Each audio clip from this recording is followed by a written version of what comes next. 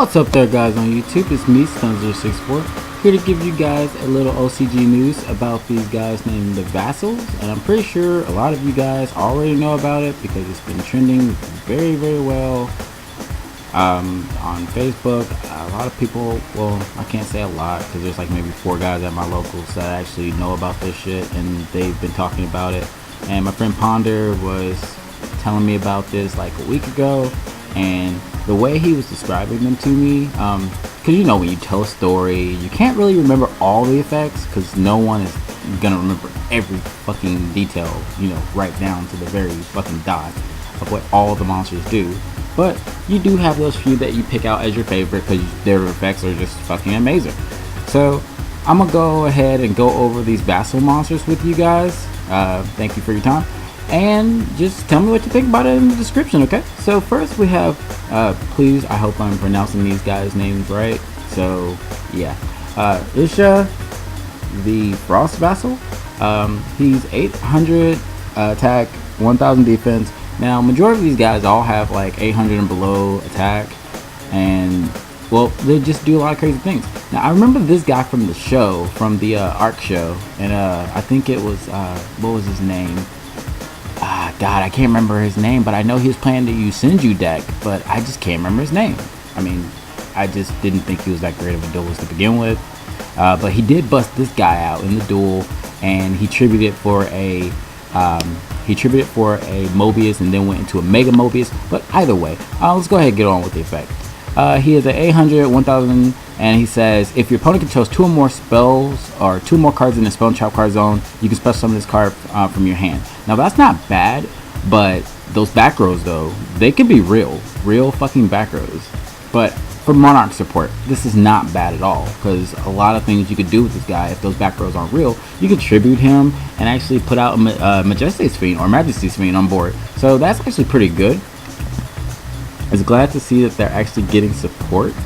Next up, we have Landrobe, the Rock Vessel. And the one thing I do like about all these guys is their artwork is so fucking cute. Okay, so this guy's 800, 1000, of course. He says you can target one face-up monster your opponent controls. You cannot special summon monsters from your extra deck for the rest of the turn. Also, special summon this card from your hand. If you do, change that target to face down defense position. Now that is a really good out for majority of the monsters that are in this game. How unfortunately, guys, we will not be getting this until like next year. So boo. Anyway, it goes on to say if this card is tributed for a tribute summon, you can target one monster with 800 attack and 1000 defense in your graveyard except this guy and add it to your hand. You can only use the effect of this guy once per turn. Now that is pretty boss. If you tribute him for a tribute summon, which is really fucking easy, you can basically just add another Vassal monster from your grave back to your hand, which is pretty boss. Now these guys' summoning conditions are just so picky, but he is really stable. Now they only get crazier, by the way. Alright, Garm, the Storm Vassal. Okay, so basically this is Ryza.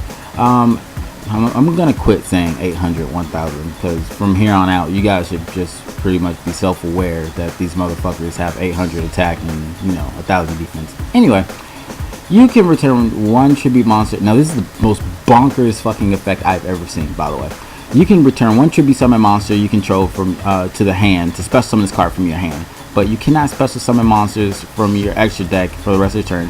If this card is tribute for a tribute summon, you can add 1 monster with a 800 attack and 1000 defense from your deck to your hand, except this guy. You can only use this effect once per turn. So basically what you can do is you can bounce back your Ryza, bounce back your Kais. You cannot bounce back Majesty's Fiend because, you know, the effects can't trigger. However, everyone else, you can just bounce them back for another turn reset just to punish your opponent even more. He is a really good effect monster, I'm just saying. Then we have Berlin's, the Firestorm Vassal. Okay, so you can discard 1 card, special summon this card from your hand, and that could be, I don't know, any fucking thing. I'm just saying, I mean, since they don't really play a shit ton of things, you could bounce back. I mean, I could see this guy kinda in like I don't know, Frog Monarch deck, but anyway, let's get on with this thing.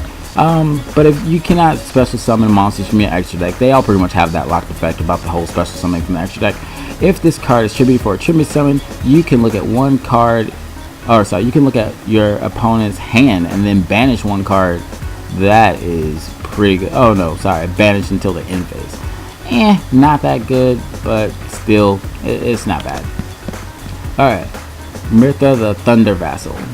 During your main phase, you cannot activate this if you can activate this effect. You cannot special summon monsters from your extra deck for the rest of the turn. Also special summon this card from your hand, and if you do, special summon one light token.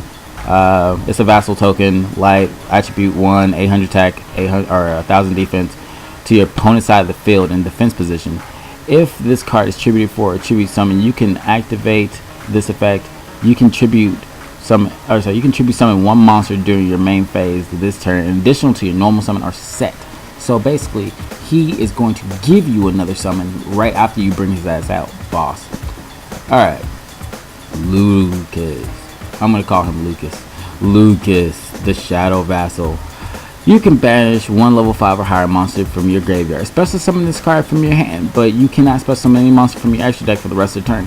If this card is tribute summon for a tribute summon, reveal all set cards your opponent controls. If your opponent cannot activate cards or effects in responses to this activation, you can only use this guy once per turn. Now, the last thing, the True Monarch Dominion. Now, first off, I have no fucking clue who that big boss ass motherfucker is in the background. I've heard a lot of speculation that's the first Monarch, but it looks kind of different from the trap card, the first Monarch. Either way, you see the whole round table of all the Monarchs, and Grand March is just a fucking tank. Look how big he is, guys, compared to the other Monarchs. Either way, while you have no cards in your extra deck, if you control a tribute summon monster and your opponent does not, your opponent cannot special summon monsters from the extra deck. If you tribute summon, if a tribute summon monster you control attacks an opponent's monster against 800 attack during the damage calculation only once per turn, you can reduce the level of one monster from your hand that has 2800 attack and 1000 defense by 2. So what? Basically, Mega Monarchs are getting stupid. This is going to make the hype so real.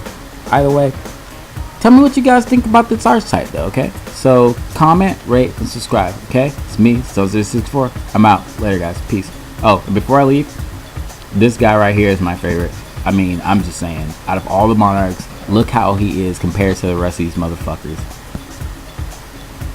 This is the most boss ass Monarch. Alright, later guys. Peace.